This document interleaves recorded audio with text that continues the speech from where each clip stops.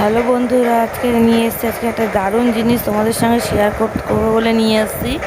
আমার মেয়ে দেখো কয়েকদিন ধরে চেষ্টা করছে উবুর হওয়ার জন্য, কিন্তু কিছুতেই করে উঠতে পারছিল না, বারবার পড়ে যাচ্ছে। তো ফাইনালি ও মামাবাড়িতে এসে এটা সাকসেস হয়েছে।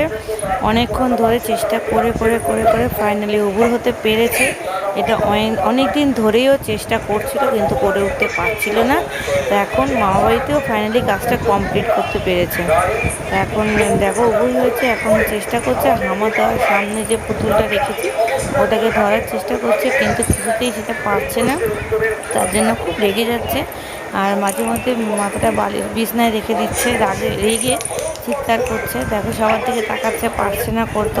ওই যে চাদরটা টেনে ধরেছে, দেখো ও হামা দিয়ে সামনে পুতুলটা ধরবে, আর এত রেগে যাচ্ছে করতে পারছে না বলে মাথাটা বিছনায় রেখে দিচ্ছে রাগে এটা, আর চিৎকার করে যাচ্ছে সমানে।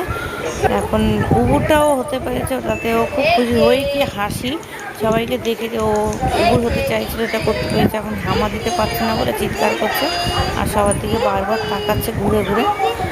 দেখি কবে সে হামা দিতে পারে। দেখো এই যে ও চেষ্টা করছে সাবান দিয়ে সামনের দিকে এগোবে, কিন্তু পিছন দিকে সরে যাচ্ছে, আর করতে পারছে না বলে দেখো কি চিৎকার করছে।